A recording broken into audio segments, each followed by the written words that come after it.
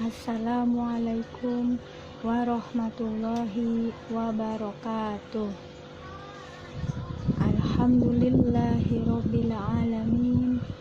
Wassalatu wassalamu ala asrofil anbiya'i wal mursalin wa ala alihi wa sahbihi ajma'in, amma ba'du. Alhamdulillah, kita panjatkan puji syukur kepada Allah Subhanahu wa Ta'ala yang telah memberikan kita banyak kenikmatan, diantaranya nikmat iman dan nikmat sehat. Sholawat serta salam tak lupa kita curahkan kepada Nabi kita, Nabi Muhammad Shallallahu Alaihi Wasallam, beserta keluarganya dan sahabat-sahabatnya. Alhamdulillah, tak terasa kita sudah memasuki hari yang ke-7 di bulan Ramadan. Semoga teman-teman dalam keadaan sehat dan juga masih semangat untuk berpuasa dan semangat untuk melakukan atau menjalankan ibadah-ibadah lainnya di bulan Ramadan ini. Seperti teman-teman ketahui, setiap amal perbuatan yang baik yang kita kerjakan akan mendapatkan pahala yang berlipat-lipat dari Allah Subhanahu wa Ta'ala. Amin, amin ya robbal alamin. Pada kesempatan ini saya akan menyampaikan tentang keutamaan berbakti kepada orang tua. Di dalam Islam, kita dianjurkan untuk berbuat baik kepada kedua orang tua kita. Menghormati dan menyayangi kedua orang tua merupakan kewajiban seorang anak. Sikap menghormati dan menyayangi kedua orang tua dapat dimaksudkan bentuk balas budi kita kepada mereka. Namun, balas budi kita tidak akan bisa sepadan dengan pengorbanan kedua orang tua kita. Sebagaimana firman Allah dalam surat Al-An'am ayat 151. A'udzu billahi minasyaitonir rajim. Bismillahirrahmanirrahim. Qul ta'allaw atlu ma harrama rabbukum 'alaikum alla tusyriku bihi syai'a wa bil walidaini ihsana wa la taqtulu awladakum min imlakin nahnu narzuqukum wa iyyahum wa la taqrabul fawahisha ma dhahara minha wa ma batan wa la taqtulun nafsal lati harramallahu illa bil haqq dzalikum wassaqum bihi la'allakum taqilun. Shadaqallahul azim. Yang artinya, katakanlah Muhammad, marilah aku bacakan apa yang diharamkan Tuhan kepadamu. Jangan mempersekutukannya dengan apapun. Berbuat baik kepada ibu bapak. Janganlah membunuh anak-anakmu karena miskin. Kamilah yang memberi rizki kepadamu dan kepada mereka. Janganlah kamu mendekati perbuatan yang keji, baik yang terlihat ataupun yang tersembunyi. Janganlah kamu membunuh orang yang diharamkan Allah kecuali dengan alasan yang benar. Demikianlah Dia memerintahkan kepadamu agar kamu mengerti. Jadi, sebagai seorang anak wajib menaati kedua orang tua. Taatan anak kepada kedua orang tua merupakan bentuk birrul walidain, yaitu berbakti kepada kedua orang tua. Berbakti kepada kedua orang tua juga lebih utama dibandingkan dengan jihad di jalan Allah. Sebagaimana ada sebuah hadis yang berbunyi, Abdullah ibnu Mas'ud radhiyallahu an berkata, aku bertanya kepada Rasulullah, ya Rasulullah, amal perbuatan apa yang paling afdol?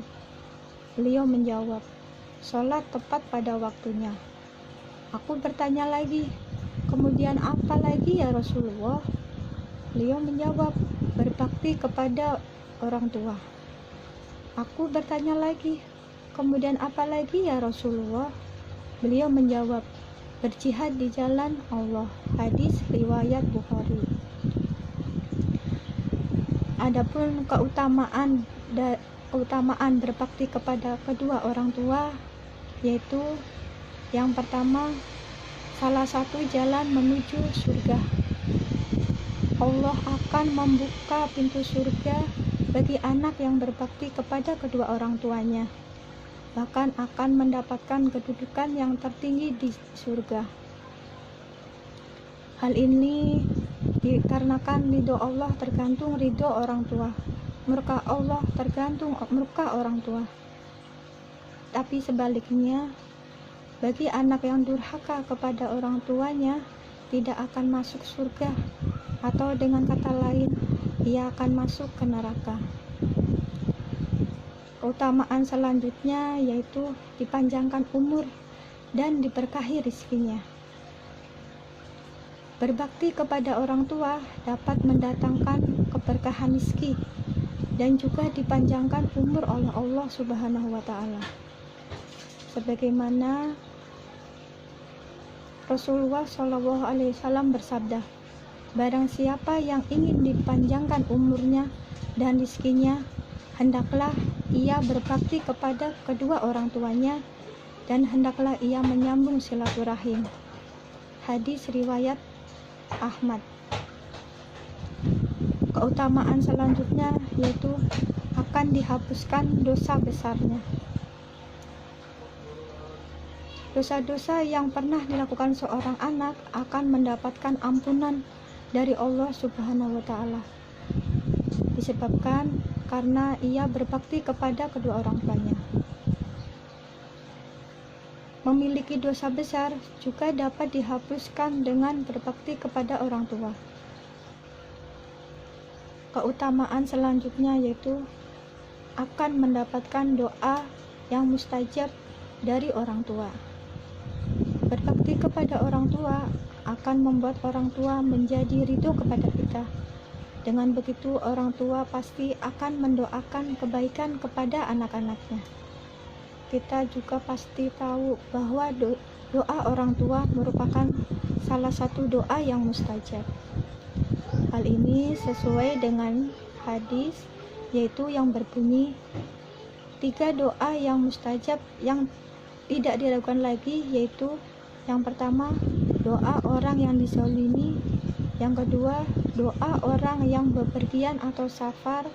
Dan yang ketiga, doa baik orang tua kepada anaknya. Hadis riwayat Ibnu Majah. Dari penjelasan di atas, saya juga akan menceritakan kisah seorang pemuda yang sangat berbakti kepada kedua orang tuanya. Pemuda itu bernama Uwais Al-Qarni. Uwais Al-Qarni adalah pemuda yang mempunyai penyakit sopak, yaitu tubuhnya belang-belang. Walaupun cacat, Uwais adalah pemuda yang soleh dan sangat berbakti kepada ibunya. Ibunya sudah tua dan lumpuh, tapi Uwais senantiasa merawat dan memenuhi semua permintaan ibunya. Tetapi hanya satu permintaan yang sulit Uwais kabulkan, yaitu ibunya ingin menunaikan ibadah haji. Uwais tahu bahwa dirinya itu berasal dari keluarga yang tidak punya dan tidak mempunyai kendaraan. Sedangkan perjalanan ke Mekah sangatlah jauh, yaitu melewati padang pasir yang tandus dan juga panas. Orang-orang biasanya menggunakan unta dan membawa banyak perbekalan. Uwais terus berpikir mencari jalan keluar. Bagaimana caranya agar keinginan ibunya dapat dipenuhi? Kemudian Uwais membeli seekor anak lembu. Ternyata Uwais membuatkan kandang di puncak bukit. Setiap pagi Uwais bolak-balik naik turun bukit. Setiap ada orang yang melihatnya dianggap Uwais gila. Ya, memang apa yang dilakukan Uwais memang sungguh aneh. Tak pernah ada hari yang terlewatkan oleh Uwais untuk menggendong anak lembu turun naik bukit. Makin hari, anak lembu itu makin besar, dan makin besar pula tenaga yang diperlukan Uwais untuk menggendongnya.